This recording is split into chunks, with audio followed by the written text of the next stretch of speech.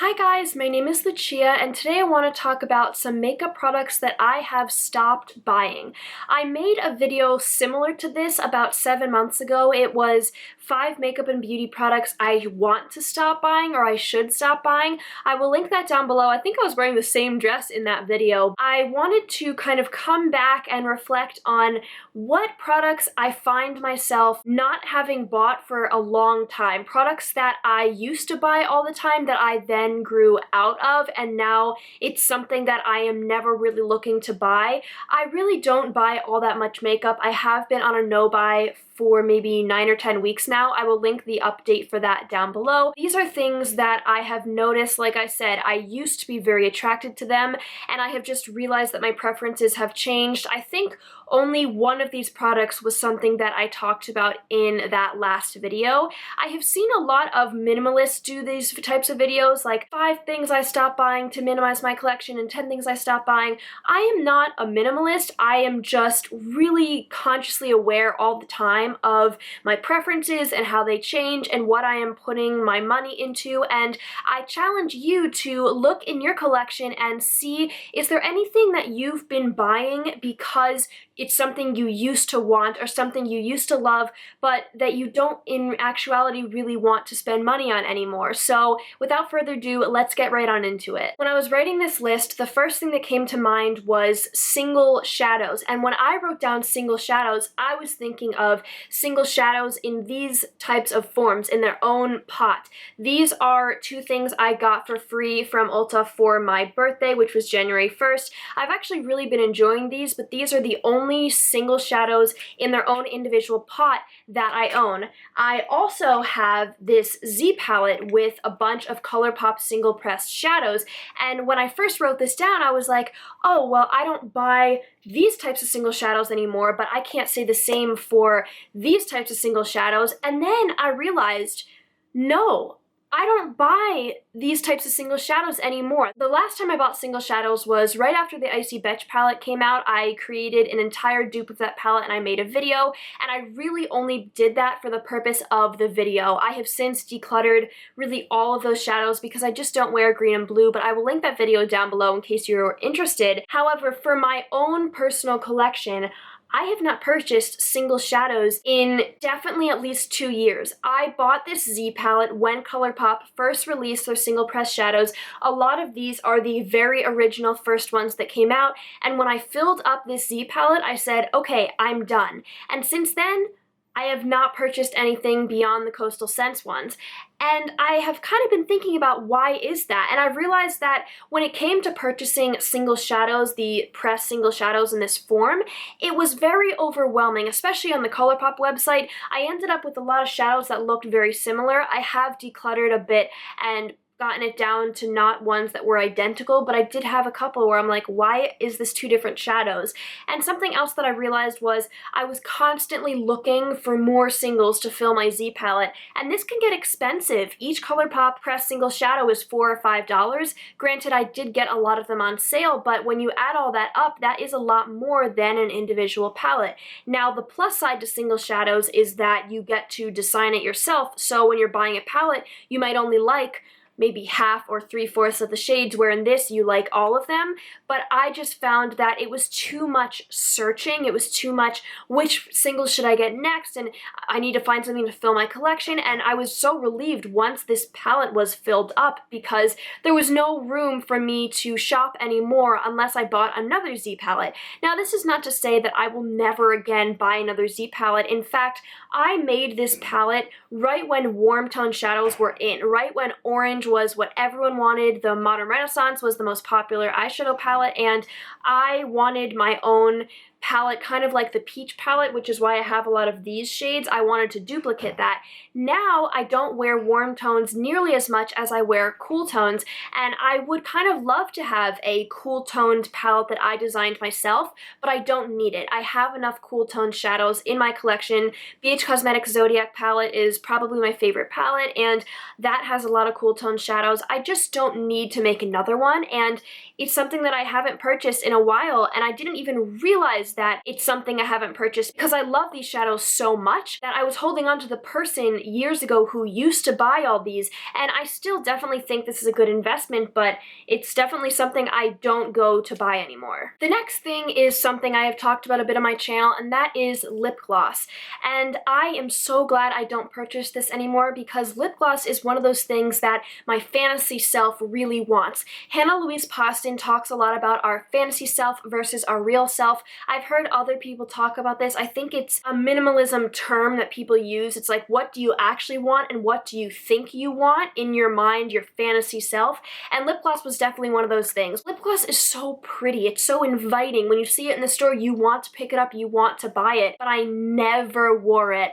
And when I bought the Modern Renaissance palette in 2016, I also bought the Buxom White Russian lip gloss, and I never used that, and then I panned it, and it took me so long, and it was so annoying to use it up, and after that, I decluttered all my lip glosses because I was like, no, I don't want this.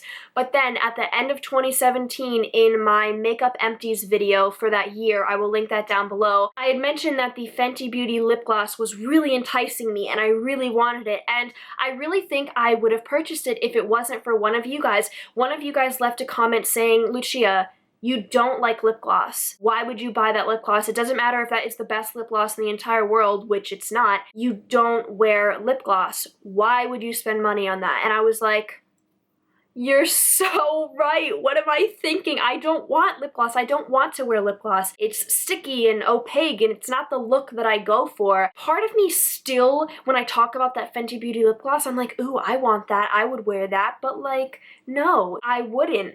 I'd love to believe that someday I will be the type of person who wears lip gloss. I don't know why. Lip gloss just seems like such a luxurious thing to me.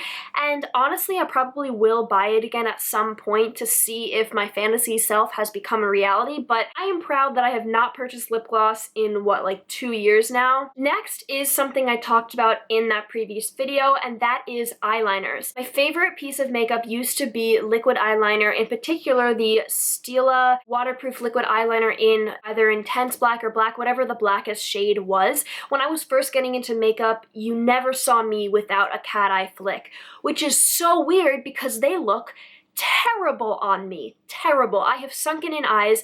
They're not quite hooded. I used to think I had hooded eyes and you guys told me they were sunken in. It makes more sense, but anyway, the way that my eyelid bends over, the cat eye flick would fold in on itself and it wouldn't look like a flick. It would just look like this blob. It was awful. And I also used to try to tell myself that I wanted colorful eyeliners. I never really used them. Now, I do actually have one of each that I just mentioned with me. I did not purchase these. This is the Ofra eyeliner in turquoise. I got this from Octoly over the summer. I was really wanting a blue eyeliner and I did get some good use out of this. I don't know if I'll be able to pan it, but I'm hoping to use it more in this coming year. And this is the Kat Von D tattoo liner in Trooper Black. This is just like the Stila eyeliner. It's probably better. I probably should have been purchasing this one all those years. This came in a free birthday set from Sephora. This isn't the reason I picked up this set, but since I have this and I've used it, I've just been reminded that I don't like the way it looks on me. And I was using it a bit just to line my lid and not do the flick, but I don't think that looks too great on me either. I'm not going to declutter this. I definitely want to play around with it more since I haven't purchased one in so long, but I'm really glad that I haven't been purchasing eyeliner. Next is setting spray. I used to be obsessed with setting spray back when everyone was obsessed with setting spray. There was a setting spray craze. There was a moment where if you didn't have setting spray, it felt like your makeup wasn't going to stay on all day, as if powdering your makeup and putting primer, that wasn't enough. You needed a magical watery spray to make your makeup stay. I went through a lot of different sprays. I tried a bunch of e.l.f. ones. I hated them all. I tried this. This is a L'Oreal Paris Infallible Pro Spray and Set, and this isn't even my first bottle of this, but I hate this stuff, and I continued to purchase it because people online said this was the best one. it's the most expensive one, but I don't like it. I definitely need to pan this because this is old. Here, I'll put some on right now. I kind of find that my makeup looks worse when I put this on. I find that it makes it more cakey, which I guess makes sense because it is supposed to make it last all day. It does have alcohol in it, which dries out your skin. I just don't get the hype of these. If you like setting sprays, that is good for you, but I definitely don't, and I was just telling myself I did because they were hyped up. The next thing that I have completely stopped buying is loose pigments and glitters, and I wanted this to be a separate category from single shadows because they really are different. When I was first getting into makeup, the MAC pigments were still really popular. I don't think pigments at all are popular anymore like they used to be. The MAC pigments, there was this one, I can't remember, it was a copper shade, I don't know what it was called, but that was like the popular one that I really wanted, and I had purchased a bunch of e.l.f. pigments. I think they were at the dollar store because they were being discontinued, and I really liked those, so I thought one by one they were decluttered. There was a gold that was pretty, but I found a dupe for it in a palette, so eventually they were all gone. The phase in me that wanted to purchase pigments died years ago, but the glitter phase was a bit longer. I have here the NYX Face and Body Glitter in the shade 06, and I looked for this for about 2 years at my local Ulta. It was always out of stock, and then one day they finally had it, and I really enjoyed it before I got the Stila Glitter and Glow liquid eyeshadow in Diamond Dust. This, people, is the future of glitter. Putting glitter in a pot with a solution already in it so that you don't have to have a loose glitter and then get the glitter glue, and it's a whole thing. Now, I'm going to talk about this in an upcoming video, but I'm actually not too happy with the Stila Glitter and Glow right now. It has completely dried up on me. I took the stop route. You still can't get product out of it at the bottom. It did last me a year, so it's kind of what you think is best for your money. I did use up most of this. Still, even if this doesn't last as long, I never again want to buy a loose glitter. And the last thing I want to talk about is rainbow eyeshadow palettes. This is something that I talk about a lot on my channel. I always say, oh, I hate rainbow palettes, I hate rainbow palettes, and then I kind of get myself in trouble because not everyone knows what I mean by that. When I talk about certain palettes, people say, isn't that a rainbow palette that has a lot of colors? And when I say rainbow palette, I mean bright neon rainbow electric palette from Urban Decay. That's what I'm talking about. And I actually had the electric palette from Urban Decay. I bought that at the same time I bought the Zodiac palette because I was trying to decide between the two. I kind of got sucked in with the electric palette. It was something that I had seen years ago when it came out, and I thought it was cool, but I didn't even wear makeup at the time. And then when I saw it on sale, I was just getting into color, and I really didn't know any better. I think I had to make the mistake of buying a rainbow palette to understand that I don't like them, but I thought, oh, this will be great, I'm getting into color. And what I didn't realize is that with those neon palettes where it has one of each color, there's nowhere for me to go. First of all, I really don't like neon. I do wear a lot of color, but it's more soft. Like today I have a pink and purple look on from the BH Cosmetics Zodiac palette. It's more of a softer color than neon. I sometimes will wear bright neon colors, but rarely. So first of all, that was a red flag that I don't love the way those look. Again, I didn't really know that until I got the electric palette, but the other thing is that when you have a palette with one blue, one green, one red, there's nowhere for me to go. I'll show you the BH Cosmetics palette since I keep talking about it. This is what it looks like, and there are a lot of purple shadows, and there's a lot of areas you can go, and you have different transition shades, you have different inner corner shades, you have different lid shades. There's more wiggle room within the color, and that's what I prefer. But that was something that I had to learn, because when I bought the electric palette, I was kind of looking at these rainbow neon palettes thinking, ooh, this is who I am. And again, it was my fantasy self, and since I was getting into colorful eyeshadow, I didn't know the difference between what colorful eyeshadow I liked and what colorful eyeshadow I didn't. Alright guys, and that was everything for this video. I hope you enjoyed. Please let me know what are some products that you don't buy anymore. I think that as I have become a project panner and a declutterer, especially with the Make Up Your Mind series, I've become more consciously aware of my preferences. Because sometimes there's a product that there's nothing wrong with, it's just that you don't like that or you don't like that category, and it's kind of empowering to be able to sit here and realize, oh, these are the things that I don't buy them anymore because I don't need to, or they don't add value, or whatever it may be. So that is it for me. Please give this video a thumbs up and subscribe, and I will see you guys very soon. Bye!